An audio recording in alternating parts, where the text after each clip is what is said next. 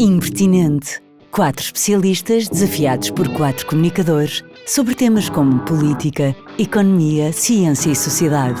Impertinente é um podcast da Fundação Francisco Manuel dos Santos com todas as perguntas que sempre quisemos fazer a quem realmente conhece os factos que fazem diferença nas nossas vidas.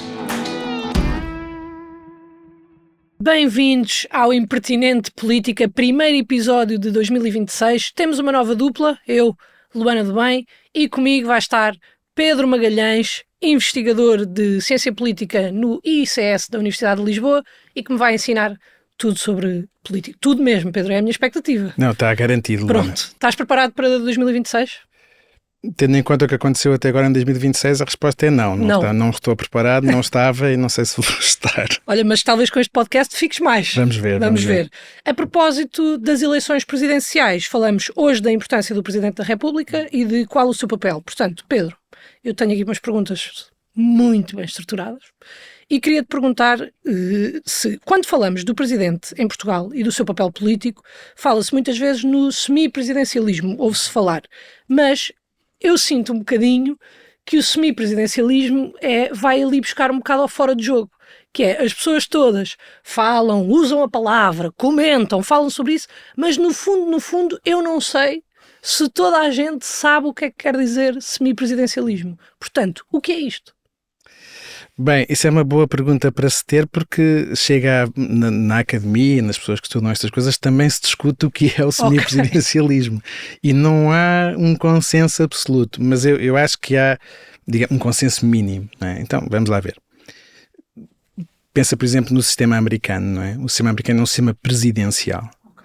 E o que isso significa é que o presidente é ao mesmo tempo o chefe de Estado, é ao mesmo tempo o chefe de governo e é eleito pelo povo. Okay. Portanto, isso é o que define um sistema presidencial. Agora vamos pensar num sistema parlamentar. Imagina, por exemplo, a Alemanha. Não é? Na Alemanha, o chefe de Estado e o chefe de governo são pessoas diferentes. Certo. Tu tens um presidente e tens um primeiro-ministro. E o presidente não é eleito pelo povo. Neste caso é escolhido pelo Parlamento. O Parlamento é que elege o presidente. E tens um primeiro-ministro que é, digamos, politicamente responsável perante um parlamento.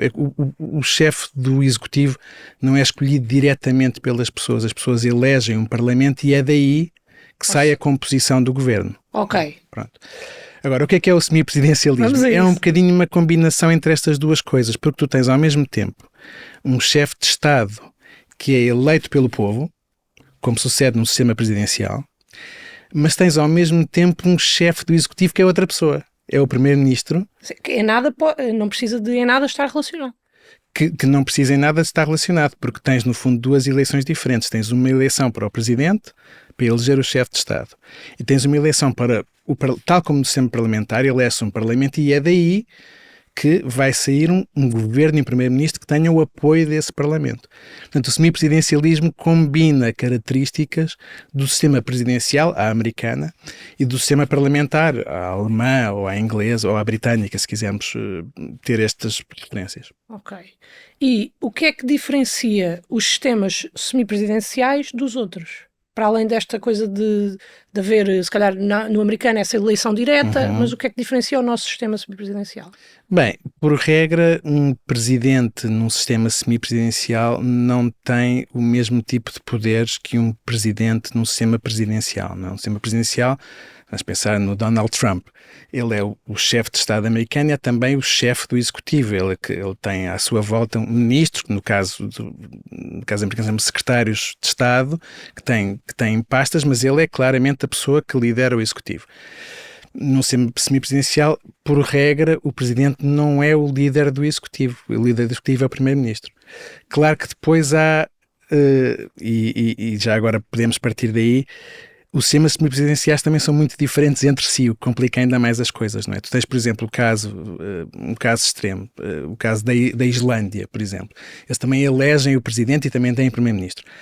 Mas o presidente tem tão poucos poderes, no fundo tem uma posição que é importante, mas é simbólica, que muitas vezes, quando se trata de saber se vai reeleger ou não o presidente, as eleições nem são contestadas, não há eleições. não aparecem adversários. Não vale a pena. Não vale a pena, portanto está lá, está tudo bem. Okay. Isso é um caso extremo de um presidente num sistema semipresidencial que de facto tem poderes de representação do Estado e tem um poder simbólico, mas não tem poderes efetivos muito grandes. Depois tens o outro caso extremo, que é o caso francês, que é um caso em que também aí há um presidente e há um primeiro-ministro, mas como o presidente é que é o líder do partido do governo, na prática é ele que manda no executivo. Portanto, tens um primeiro-ministro, mas o verdadeiro, o real líder político do executivo do governo francês é o presidente francês. Okay. E depois tens no meio um sistema como o nosso, em que não é nem uma coisa nem outra, ou seja, o presidente é relevante, tem poderes relevantes, não está apenas, como se isto fosse pouco, isto não é pouco, mas não está apenas a representar, digamos, o Estado português, mas tem poderes substantivos relevantes de influenciar a vida política, que, por exemplo, na Islândia não existem e que, obviamente, em França existem muitíssimo. Certo, porque em França é quase o oposto de cá. Quer dizer, formalmente o sistema é o mesmo, no sentido em que tens um presidente eleito pelo povo e um primeiro-ministro que é responsável perante o Parlamento, mas como aí adicionas o elemento substantivo prático de teres o presidente que lidera o partido de governo, ele é que é o verdadeiro líder do executivo. Em Portugal, o presidente não é, digamos, a pessoa que manda no governo. Quem manda no governo é o primeiro-ministro. Tu consideras que há algum sistema que funcione melhor, entre aspas? Quer dizer, é muito difícil, antes de mais, saber melhor de que ponto de vista, porque as pessoas quando pensam e quando começam a discutir estas coisas, rapidamente tu percebes que isto começa a ser contaminado pelas suas preferências. Não é? Certo. Eu gosto do sistema como existe porque ele está, de alguma maneira, a beneficiar os meus, ou as minhas ideias, ou o partido que eu gosto, ou não gosto porque está... Portanto, isso é muito fácil de derrapar para esse tipo de raciocínio. Eu diria que, no fundo, a pergunta que nós temos de colocar é se há algum destes sistemas que seja mais ou menos favorável para a democracia, não é? Para a estabilidade de um regime democrático, para o funcionamento de um regime democrático. Há um certo consenso na ciência política de que os sistemas presidenciais são menos favoráveis à democracia. Porque, especialmente quando um país vem de uma ditadura e se transforma numa democracia, quando tiveres um sistema presidencial, o que é que tu tens? Tens o poder executivo todo concentrado numa única pessoa. Exato. Enquanto que no sistema parlamentar, tu podes ter, se não tiveres uma maioria absoluta no Parlamento, podes ter uma coligação, podes ter um primeiro-ministro, mas que preside a um governo que é composto por pessoas de diferentes partidos. Certo. Tens uma lógica de partilha do poder que torna mais fácil a subsistência e a sobrevivência dessa democracia. Num sistema presidencial, uma nova democracia presidencial vai causar sempre mais problemas e mais tensões. E depois tens um presidente com um mandato fixo, não é? E que se tiver a ter uma atuação completamente desastrosa, não há nada que se possa fazer. Sim, Ele tem de completar o seu mandato, enquanto que um governo onde as coisas vão correr muito mal, o Parlamento pode retirar a confiança ao governo. Pois, isso faz diferença. Isso faz diferença. Portanto, o semipresidencialismo aqui depende um bocadinho de que semipresidencialismo falávamos há bocadinho como eles oscilam entre mais presidenciais e menos presidenciais. Eu acho que o que tem havido historicamente, pelo menos é o que a bibliografia e que os estudos sobre estas coisas dizem, é que o problema no semipresidencialismo é quando as funções de presidente e primeiro-ministro não são claras. Quando o presidente tem a capacidade de interferir na governação, tornando, nesse caso, a responsabilidade pela governação menos clara e criando conflitos, criando tensões. Mas, em geral, eu diria que destes três tipos de sistema, o presidencial é talvez o menos favorável a uma nova democracia. Depois o resto, do ponto de vista do seu funcionamento, depende de muita coisa. Eu acho que não depende fundamentalmente do sistema de governo. Ok. E queria-te perguntar também como é que chegámos ao semipresidencialismo. E queria saber se nós fomos pioneiros, ou seja, se inventámos este sistema semipresidencialista ou se copiámos de alguém, até porque eu só aprendi esta semana que nós inventámos o multibanco e eu não fazia ideia. Portanto, queria saber se fomos pioneiros em mais coisas. Não, acho que nós não inventámos o semipresidencialismo. o semipresidencialismo, na verdade, como tende a suceder, não foi uma coisa que não se sentaram uma série de pessoas à volta da mesa a pensar qual é o melhor sistema que nós vamos ter. Vamos então fechar este aqui. Não foi tanto por aí, não foi uma escolha, digamos, teórica, foi algo que acabou por ser, de alguma maneira, imposto pelos factos, não é? Em que sentido? Nós entre 74 e 76 tivemos um período muito conturbado na vida política portuguesa, assim, cheio de coisas extraordinárias, não é? De democracia, de mobilização nas ruas, de entusiasmo, mas ao mesmo tempo de muitas tensões e muitos conflitos. E alguns desses conflitos deram-se mesmo dentro do próprio aparelho militar, não é? Em que nós tivemos uma tentativa de golpe, não é? Em 11 de março, depois tivemos também militares muito à direita, militares moderados, militares muito à esquerda, e quando chegamos a 76, eu penso que a opção pelo semipresidencialismo foi uma opção para garantir de alguma forma que íamos ter um presidente militar, ramalhantes nessa altura, não é? Mas que era ao mesmo tempo um presidente que assegurava fazia parte da tutela militar do novo regime, mas que fosse democraticamente legitimada. Ou seja, a ideia de poder ter, ao mesmo tempo que temos, no fundo, o mundo dos partidos, não é? Que é o mundo das eleições legislativas, da composição do Parlamento, tínhamos, ao mesmo tempo, um presidente militar, mas que não era só militar, era alguém que iria ser sujeito à opinião dos eleitores e apoiado nas urnas. Okay. E, na verdade, foi isso que aconteceu. Isso foi importante também para que, também em relação ao aparelho militar, houvesse um poder que pudesse, de alguma maneira, disciplinar, domesticar, certo, regular o que estava a passar dentro do aparelho militar e que fosse também democraticamente legítimo.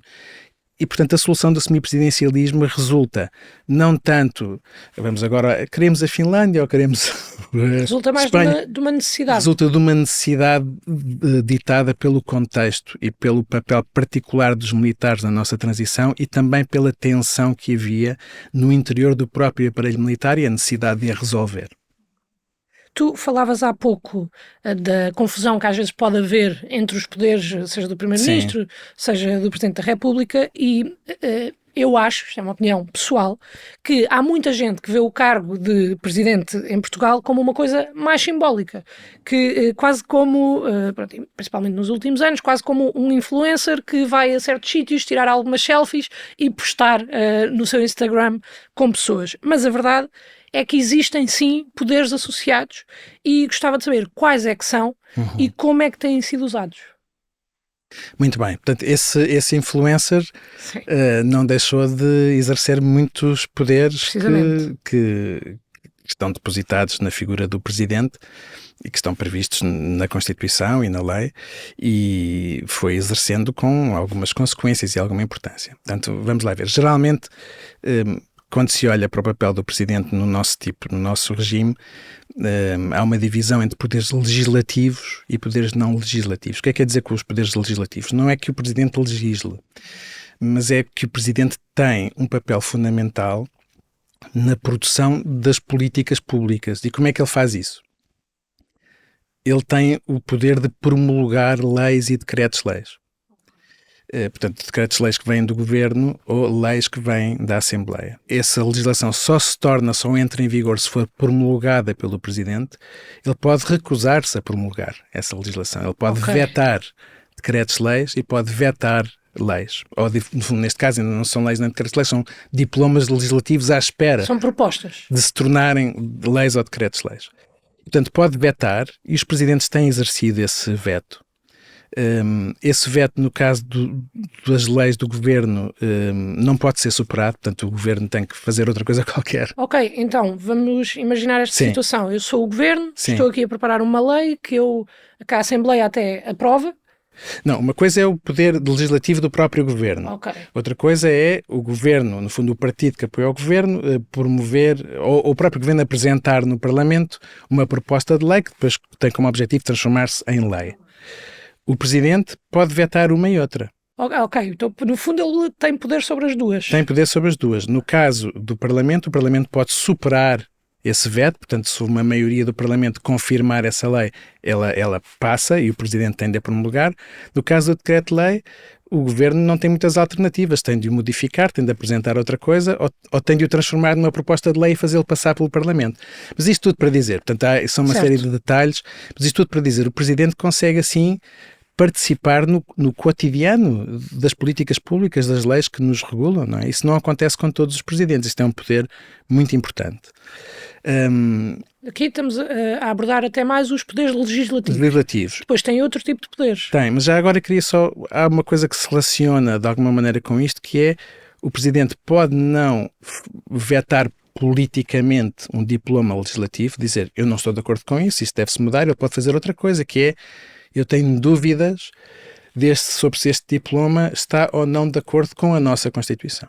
E, portanto, ele pode enviar esses diplomas para o Tribunal Constitucional. Certo. E também acontece, e aconteceu ao longo de todos estes anos, que muitas vezes esses diplomas que foram ao Tribunal Constitucional foram declarados inconstitucionais na totalidade ou em parte. Portanto, é uma outra maneira através da qual o Presidente consegue influenciar ou ter relevância, ter consequências na formulação das políticas públicas. Ok. Pois, então pode dizer, olha, nem sou eu que acho isto, mas eu acho que o Tribunal vai considerar isto inconstitucional. Ou eu suspeito que, ou há argumentos a favor de que este artigo ou que esta lei não esteja de acordo com a Constituição, portanto vamos perguntar ao Tribunal Constitucional se é ou não assim. É um moderador quase. Também se muitas vezes fala aqui como um árbitro, também é um termo que se usa. É como se ele mandasse a jogada ao VAR, não é? O VAR vai decidir. Exatamente. Mas o que nós vemos também é que na prática esse papel existe, mas muitas vezes também é exercido de uma maneira um bocadinho mais intensa, no sentido em que quando o Presidente está verdadeiramente em oposição ao Governo, pode usar o veto e a fiscalização da constitucionalidade como armas para colocar obstáculos ao governo. Obstáculos neste sentido. Há uma série de medidas com as quais eu não concordo e, portanto, eu vou fazer o possível para modificar o conteúdo dessas medidas. Isso aconteceu várias vezes ao longo da nossa história. Ok, pois faz algum sentido. Lá está, porque tem esse poder legislativo. E acontece especialmente em duas circunstâncias. Quando o Presidente e o Governo são de orientações partidárias, políticas e lógicas diferentes, e especialmente no segundo mandato dos presidentes. Porque o segundo mandato dos presidentes tem uma característica muito importante, é que ele não pode fazer terceiro. Ok. E como não pode fazer terceiro, como não vai ser sujeito ao juízo dos eleitores, está mais livre. Sim, está mais à vontade. Exatamente. No primeiro mandato, enfim, está limitado por esta vontade que todos têm, todos tiveram até agora, de serem reeleitos e de procurarem uma coligação de apoio muito vasta. Mas no caso do segundo mandato, a liberdade, a capacidade, o incentivo para eu agir se não estiver de acordo com o governo, se não estiver de acordo com a maioria parlamentar, é maior. Não quer dizer que aconteça sempre, por exemplo, Cavaco Silva não foi muito ativista no seu segundo mandato, mas também porque em grande medida estava a coexistir com um governo que era do seu... Enfim, eles não se entenderam em tudo, houve algumas discordâncias, mas em grande medida estavam sintonizados. Ultimamente, e a propósito de uma fase de debates que passámos, mencionou-se muito a dissolução da Assembleia da República. Como é que têm sido usados também este tipo de poderes pelo Presidente da República e com consequências? Pois aqui entramos num outro tipo de poderes, não é? Que é o que o Presidente tem em relação a outros órgãos, não é? A dissolução é talvez aquela que se chama a bomba atómica, não é? Na linguagem comum, é o poder de dizer assim, houve eleições legislativas para o Parlamento, a decisão do povo foi esta, a composição do Parlamento é esta e eu acho que deve haver eleições outra vez e, portanto, vou dissolver o Parlamento. Portanto, nesse sentido é um poder com um impacto enorme, com uma importância enorme e podia se chamar a tal bomba atómica. Também pela mesma razão tem sido usada com, enfim, muita parcimónia, não é? Tem sido raras as vezes que este poder tem sido usado. Mas quando é usado tem muitas consequências. Talvez um caso que vale a pena lembrar, apesar de ser bastante antigo, mas houve há pouco tempo um documentário precisamente sobre essas eleições de 86 e, portanto, talvez isto possa estar um bocadinho mais presente na memória. Em 87, a certa altura, havia um governo minoritário que foi derrubado com uma moção de censura. Não é? E uma das ideias que havia na altura era de que os partidos que tinham derrubado esse governo, incluindo o Partido Socialista e o PRD, de que muitas pessoas já não se lembram, mas era o Partido Renovador Democrático, não interessa. Eu não me lembro. Pronto, não faz mal. Também não era nascido. Não mas, faz mal. okay. Exatamente. A ideia era que esses partidos pudessem formar governo. E o presidente da altura, Mário Soares, apesar do governo que foi derrubado ser um governo do PSD, portanto um governo com o qual ele necessariamente não teria grande simpatia, não alinhou com essa ideia e dissolveu a Assembleia. E o que é que aconteceu nessas eleições? Cavaco Silva ganha as eleições com maioria absoluta. Portanto, se nós pensarmos o que é que... Não sabemos, não é? Aquilo que se chama um contrafactual, mas o que é que poderia ter acontecido se Mário Soares tivesse decidido de outra forma? Temos um exemplo mais recente, muito mais recente. Quando há aquelas notícias e aquele comunicado sobre a investigação a que o primeiro-ministro António Costa estava a ser sujeito, ele demite-se. O presidente dissolveu a Assembleia. Não tinha de dissolver a Assembleia. Podia nomear outra pessoa. Lá está outro poder importante, nomear quem vai formar governo. Podia ter nomeado outra pessoa para formar governo, enfim, provavelmente seria do Partido Socialista, porque ele tinha maioria absoluta na altura. Decidiu não o fazer, convocou eleições, dissolveu a Assembleia, convocou eleições e o resultado foi uma mudança de governo. Portanto, é um poder com muitas consequências, é um poder muito importante e que tem sido usado, como eu disse há pouco, com alguma parcimónia, sendo que, por circunstâncias em parte no seu controle e outras que não são no seu controle, Marcelo Rebelo de Sousa foi um dos presidentes que mais o usou. E num espaço... E num espaço curto. Tu tens algum poder preferido? Quando eles deitam raios dos olhos. Exatamente. Por acaso era uma boa coisa para perguntar numa sondagem qual era o poder preferido o poder de super-herói que os portugueses queriam que o presidente tivesse. Sim. Não, eu tenho um poder preferido, tal como esse dos raios, também não vem na Constituição, mas é um poder que é exercido na prática, enfim, pessoas como eu acham interessantes, que é, eu falei há bocadinho do veto, certo, ou da promulgação, mas o presidente na prática faz outra coisa, faz muitas vezes a devolução dos decretos ao governo. O que é que isto quer dizer? Eu não vou promulgar, eu também não vou vetar, eu tenho aqui uma série de problemas com isto e, portanto, os senhores façam favor de tentar resolver e depois mostrem-me outra vez. Mudem aqui estas coisas. Isto é muito interessante porque isto não vem na Constituição. Portanto, isto não é um poder formalmente muito bem definido, mas que é muito exercido pelos presidentes, especialmente em momentos em que o entendimento com o governo não é mau. Onde é bom, não é? Quando é mau é vetar, certo, porque é, digamos, uma maneira pública, aberta, declarada de dizer eu estou em discordância. A devolução é uma maneira muito mais colaborativa, mas que mais uma vez mostra, para quem tivesse alguma dúvida, não é só a questão da dissolução de que temos falado e que falámos até agora, que é importante. No dia-a-dia da política, no dia-a-dia da definição de como é que nós somos governados, quais são as políticas públicas em Portugal, o Presidente e a Casa Civil da Presidência têm enorme importância. E uma das maneiras como isso se manifesta é neste poder um bocadinho clandestino, está no éter não é? Sim. Da devolução dos decretos-lei. Tu escolheste como teu preferido o poder que está menos bem definido. Exatamente. E que gera ali mais trabalho até para as pessoas que tiveram a escrever o decreto-lei. Que é, olha, voltem a trabalhar se faz favor. Exatamente, muito exatamente. Bem.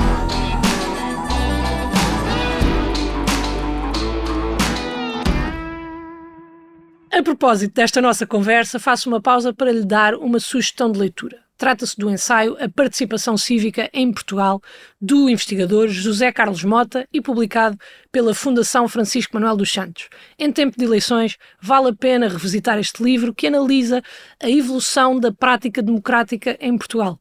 Saiba mais em ffms.pt.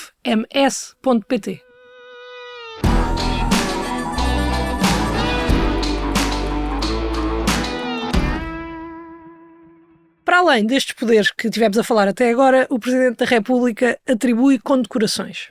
Até ao início do ano passado, segundo uma notícia do Jornal Expresso, Marcelo já tinha atribuído 1.400 condecorações, Cavaco Silva, durante o seu mandato, atribuiu aproximadamente 1.500, Jorge Sampaio cerca de 2.400, Mário Soares 2.500, recorde. António Ramalhianos cerca de 1.900 e eu aqui vou ter 3 questões, Pedro.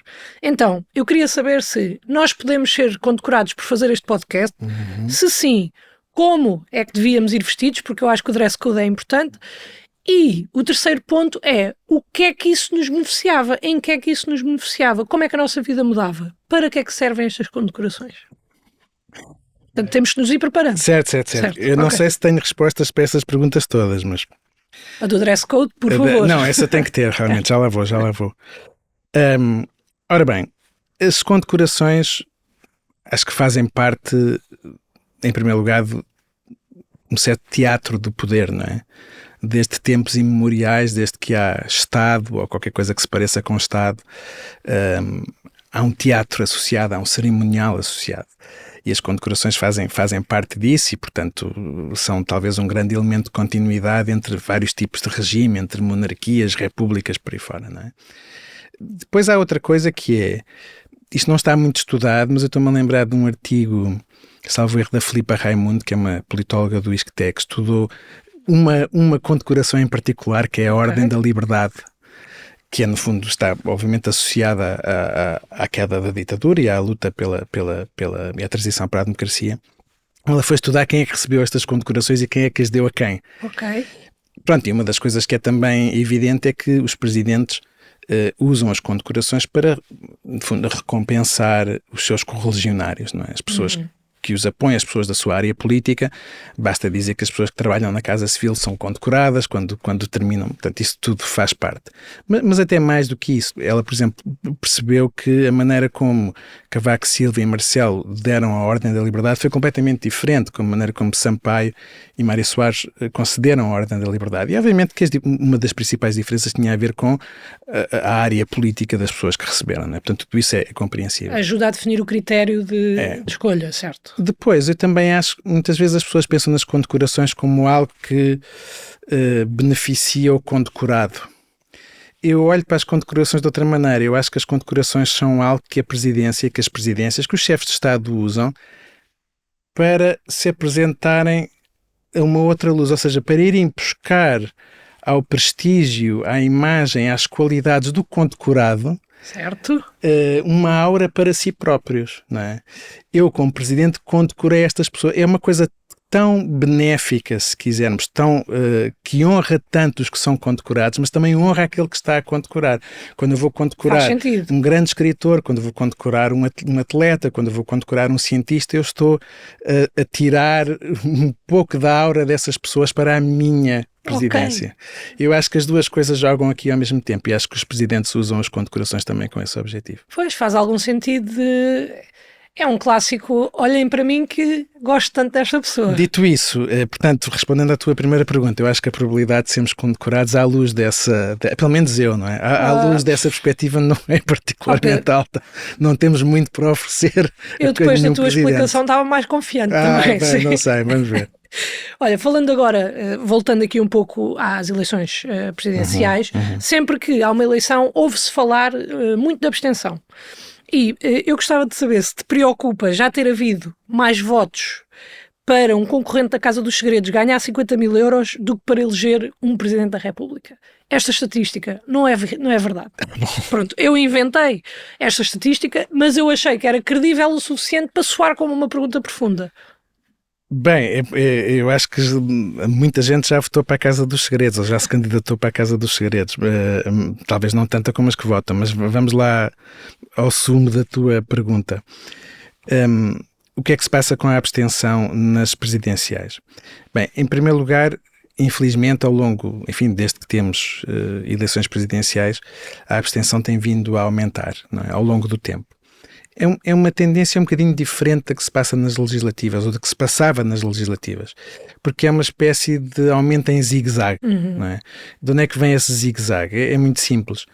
É quando temos eleições às quais o presidente ele próprio é candidato, ou seja, quando se está a recandidatar para o seu segundo mandato, a abstenção é sempre maior. Ok. E isto tem lógica. Porquê? Primeiro, porque um presidente que se candidata é claramente favorito. Não sentes que as pessoas podem dar um pouco como garantido? Ele já lá está. As pessoas dão como garantido. Os adversários que aparecem são de menor qualidade, e sim, sem desprimor para as pessoas, menor qualidade neste sentido, são pessoas com menos probabilidades de ganhar, porque, digamos, os que têm grandes aspirações esperam pelas eleições seguintes para se candidatarem.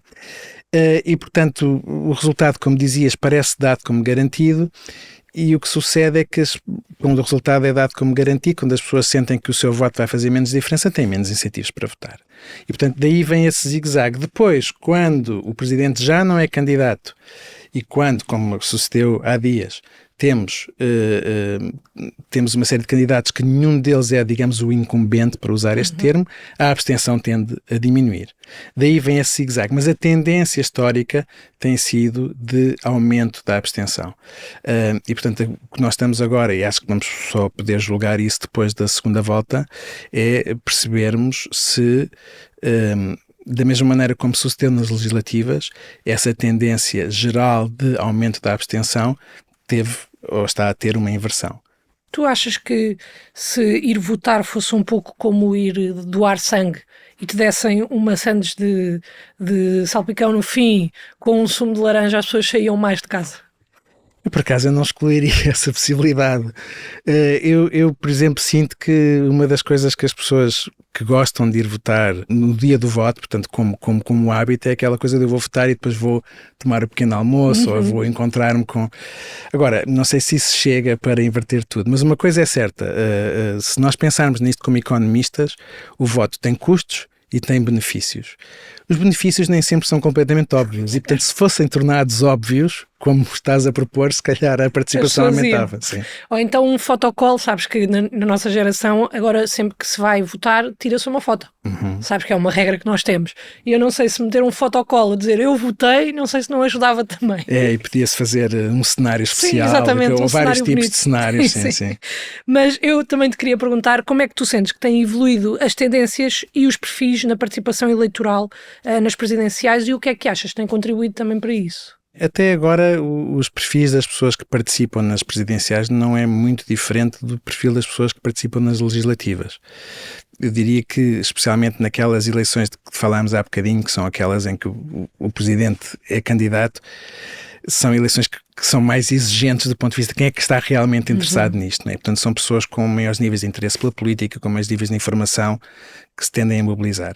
Há uma coisa interessante e que vem num estudo de dois colegas meus, do João Cancelo e do José Santana Pereira, e que, apesar de tudo, mostra alguma diferença entre eleições, é que as pessoas que não costumam votar nas legislativas são, em comparação com as outras que costumam votar, dão mais importância às presidenciais. É como se houvesse aqui uma espécie de compensação. Não é? Pessoas que, de alguma forma, nas eleições legislativas, que estão a escolher um partido e que, no fundo, como nós sabemos no nosso sistema, estão a escolher um partido, estão a pôr uma cruz num partido, muitas vezes nem sabem quem são os candidatos que estão na lista. Exatamente.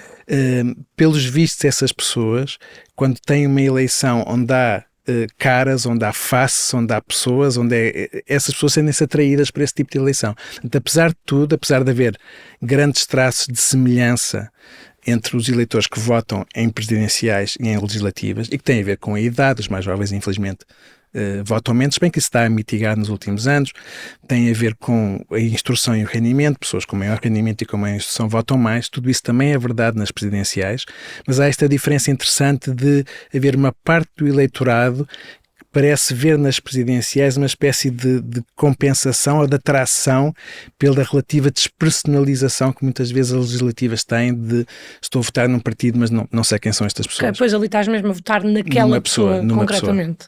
Falando agora, mais concretamente, de eleições e porque estamos neste momento a atravessar uma, eu gostava de saber se tu achas que as pessoas escolhem um governante alternativo ou um governante que é mais árbitro do sistema e como é que se escolhem entre candidatos. Porque, por exemplo, nestas eleições tivemos 11 candidatos. É muita gente. Como é que as pessoas escolhem dentre estas pessoas todas? Será que se informam acerca de todas? Ora bem, a primeira pergunta, o que é que as pessoas esperam do Presidente? Não é? Portanto, a primeira regra nessas coisas é que pessoas diferentes esperam coisas diferentes, há sempre muita dispersão, mas em geral eu acho que há dois perfis. Há muita gente que quer um Presidente que seja fiscalizador, um bocadinho o árbitro de que falavas, não é? Que veja se o governo cumpre as regras, ou se a maioria parlamentar cumpre as regras, se está a agir corretamente ou não, de acordo com, enfim, com a que é a perspectiva de cada um, não é? Mas esse presidente fiscal, essa espécie de contrapoder. E há outras pessoas que querem que o presidente ponha o governo a agir, que seja uma espécie de iniciador. Que lhes dê um aperto. Que lhes dê um aperto, que lhes dê um empurrão, não é? Eu estou a dizer isto, parece que estou a tirar isto de qualquer lado, mas estou a dizer isto num inquérito que fizemos há alguns tempos em que perguntávamos às pessoas vários perfis de presidente. Isto foram os dois perfis prevalecentes, não é? Agora, também é verdade que aqui, como em muito na vida, depois se misturam outras coisas, que é, se o governo que lá está é um governo que eu gosto, então eu quero que o presidente não faça muita coisa e ajude imenso. Certo. Se o governo que lá está é um governo que eu não gosto, eu quero um presidente que no limite manda aquilo tudo abaixo, não é? Nós vemos isto muito também na opinião pública, que é a nossa imagem, a nossa percepção, o nosso desejo, a nossa expectativa de como se deve comportar a instituição presidente depende muito das nossas preferências políticas e vai mudando ao longo do tempo, não é? Pronto, isso é um primeiro ponto. Segundo ponto, em resposta também à tua pergunta, como é que as pessoas fazem escolhas, não é? Porque não é fácil. Claro, não é fácil. E como sucede muitas vezes, como quando se fazem escolhas difíceis, as pessoas recorrem a atalhos. Achas que recorrem ao questionário do Observador que te diz a resposta em quem vais votar? Não, eu acho que esse atalho não é bem um atalho, isso demora muito a chegar a essa conclusão e não sei se todas as pessoas depois concordam com a conclusão. Não, são atalhos mais simples, que é eu sou simpatizante do Partido X, esta pessoa foi do Partido X, se calhar. Ok. Portanto, isto para dizer que a identidade partidária ou a simpatia partidária, por um lado, e a ideologia ou o posicionamento ideológico são duas coisas, são duas predisposições com que as pessoas partem para a política e que influencia muito a sua leitura das coisas, a sua leitura da realidade, das notícias que consomem, como é que as interpretam, como é que olham para as pessoas, como é que olham para os debates, aquele ganhou, aquele perdeu. Geralmente, quer dizer, quando nós vamos ver a opinião que nós temos sobre quem ganha e quem perde é quase completa, muito determinada pelo facto de aquele é do meu partido. Exato. Ou não é do meu partido. Eu disse isso é muito importante. Agora, também não queria dizer que isto é tal e qual como uma eleição legislativa, porque não é. E não é por duas razões. Em primeiro lugar, por aquilo que falávamos há bocadinho, qual é a expectativa que as pessoas têm sobre o papel do Presidente? Não é que de alguém que vai governar. Certo. E como não é de alguém que vai governar, eu estou um pouco mais à vontade para usar outros critérios para avaliar aquela pessoa. Portanto, isto é um primeiro ponto. Segundo ponto, há candidatos que nem sequer, como aliás tivemos, que nem sequer são provenientes de nenhum partido em particular. E aí a minha capacidade de usar estes atalhos está mais limitada. Exatamente. Eu posso tentar perceber pelas posições, pelas declarações, pelas posições, se aquela pessoa é de esquerda ou se é de direita, ou seja, se está próxima de mim, dependendo ou não da minha posição, mas muitas vezes os candidatos fazem um esforço muito especial por ocultarem ou por ofuscarem essa posição. Isto também porquê? Porque a lógica de uma eleição presidencial é uma lógica maioritária, não é a mesma lógica das legislativas. Nas legislativas é assim, eu posso ter uma preferência por um partido pequeno, mas, por exemplo, se viver em Lisboa, eu tenho incentivos para votar nesse partido, porque acho que esse partido pode, apesar de tudo, eleger, não é? Certo. Nas presidenciais, na primeira volta, passam os dois mais votados. E à segunda volta ganha o que tiver 50% mais um dos votos. E, portanto, a lógica, seja por parte dos políticos, seja por parte dos eleitores, é muito condicionada por este facto. Os políticos, ou muitos deles, procuram ir para além do seu espaço partidário, do seu espaço ideológico, no fundo, engordar um bocadinho a sua massa de apoio para além daquilo que seria previsível, certo, na base dessas pistas que eu disse que há pouco eram cruciais. E os eleitores também sabem que muitas vezes, se querem evitar um mal maior, têm que votar útil, ou seja, têm que votar em alguém que pode não estar tão próximo, seja do ponto de vista partidário e lógico das minhas preferências, mas que está certamente longe de vitórias que eu quero por tudo evitar. Portanto, o voto útil, não é? Certo. Tudo isso ajuda a diluir um pouco mais a importância da simpatia partidária e da ideologia no voto e depois e dá também aso a que apareçam outras coisas. Antes de mais, falávamos há bocadinho do caráter mais personalizado. O que é que é uma coisa um pouco misteriosa, mas o que é que faz de alguém simpático, interessante, carismático? Sim, sim. Independentemente disso, que nós não sabemos bem de onde é que isso vem, sabemos que essas avaliações que as pessoas fazem têm, para além da ideologia, para além do partido, têm relevância nas escolhas e têm mais relevância do que têm nas eleições legislativas. Portanto, há vantagens e desvantagens em estares associado a um partido nestas eleições. Há pessoas, estavas a dizer que há pessoas que fazem um esforço para se desvincular, mas há outras que são apoiadas pelo próprio partido. Sim. Dirias que isso também depende um bocadinho do momento político em que esse partido está quando atravessamos uma eleição. E é um dilema que tem que ser negociado pelos candidatos, não é? Porque, por um lado, especialmente se estivermos a falar de um partido grande, não é? Dissociar-me desse partido tem custos. Exatamente. E, portanto, eu não me quero dissociar completamente desse partido, porque esse partido tem ali, não é só, falávamos muito há bocadinho aqui do ponto de vista da procura, não é? Do ponto de vista das ideias das pessoas, das suas preferências e identidades. Claro, se eu quero apelar às pessoas, eu se venho de um partido ou se estou associado a um partido, eu quero beneficiar disso. Mas eu também não quero ficar limitado por isso. Portanto, eu tenho ao mesmo tempo de procurar alargar esse espaço. O apoio do partido é muito importante por muitas razões. Não é só o facto de alguns partidos apoiarem financeiramente os seus candidatos. Não é só isso. É que os partidos têm uma máquina no terreno de mobilização. Quer dizer, uma coisa tão simples, nós andamos pela rua e vemos os cartazes que normalmente estão com propaganda de um determinado partido, agora vemos os candidatos desses partidos. Exatamente. Isso não é irrelevante, isso é importante. Isso é só uma pequena manifestação de como é importante o apoio de um partido. No terreno, para mobilizar as pessoas, para as levar ao voto, para as entusiasmar, isso é fundamental. Ao mesmo tempo, os candidatos, principalmente aqueles que têm aspirações a ganhar, têm que se libertar não podem ficar completamente condicionados por esse apoio, especialmente quando dizias, se suceder que um partido está numa fase particularmente impopular, então eles têm incentivos para tentar não perder esse apoio, mas obviamente alargá-lo. É uma corda bamba. É. Tu falavas há pouco da segunda volta, as eleições presidenciais passam à segunda volta os dois candidatos mais votados, certo, e na segunda volta ganha o candidato com maioria. Sim. E eu gostava de saber se desta segunda volta sai sempre um vencedor, independentemente da abstenção. Sai sempre. Sempre. E independentemente dos votos nulos e dos votos em branco, quer dizer, são contabilizados, mas não contam, obviamente, para as percentagens, porque é preciso saber quem é que tem mais de 50%, não é? De votos efetivos. Votos válidos. Ok. Portanto, eu para esta pergunta fiz aqui, e já estamos praticamente a terminar, mas eu fiz aqui uma pequena batota.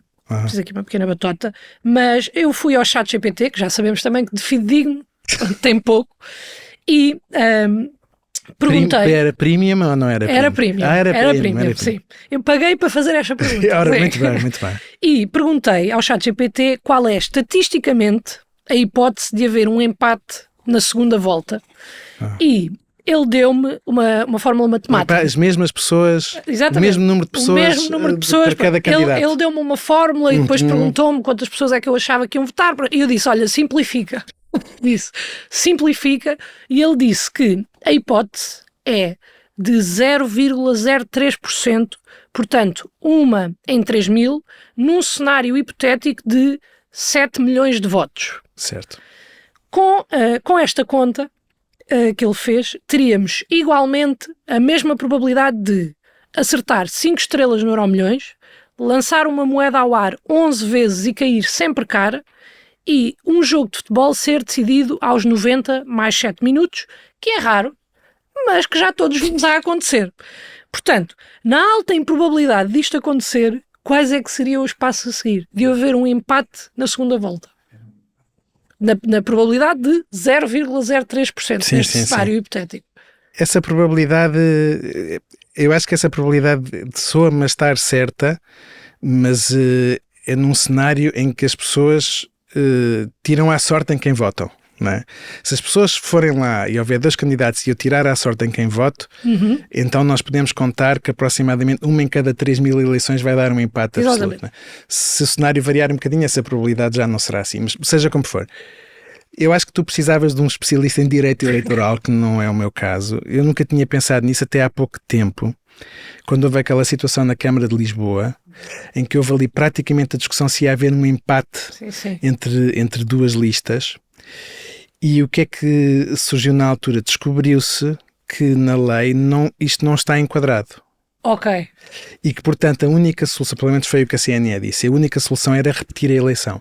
Eu posso estar enganado, mas eu julgo que a lei eleitoral para a Presidência da República também não prevê uma situação de empate absoluto e, portanto, provavelmente, isso iria implicar uma repetição da eleição. Repetir? Sim. Pois não há aquele do, olha, pronto, ganharam os 2. Ganharam os 2. Levam os 2 a taça. Não me parece que isso fosse possível, não. Também podia haver, por exemplo, um sorteio. Há eleições em que há sistemas eleitorais em que isso sucede. Mas eu acho que o caso português, pensando precisamente nessa situação de Lisboa, iria implicar a repetição da eleição. Okay, portanto, é altamente improvável. É altamente improvável. Eu sei que esta pergunta aqui foi um pouco mais básica, mas eu acredito mesmo que há pessoas que acham que há voltas infinitas. Não ganham na segunda, não faz mal. Vamos à próxima. Acabávamos com uma eleição em que só os 2 é que votavam. Sim, basicamente. Sim, ninguém ganhava. Estamos anos a eleger um presidente, mas a ideia de sorteio pode ser uma ideia que falemos em breve. Gostei bastante dessa hipótese. Pedro, muito obrigada. Nada, obrigado eu. E nós voltamos para o mês que vem. Obrigada também por estarem desse lado a ouvir e a ver. Impertinente. Quando há factos, há argumentos. Um podcast disponível em ffms.pt e nas plataformas habituais.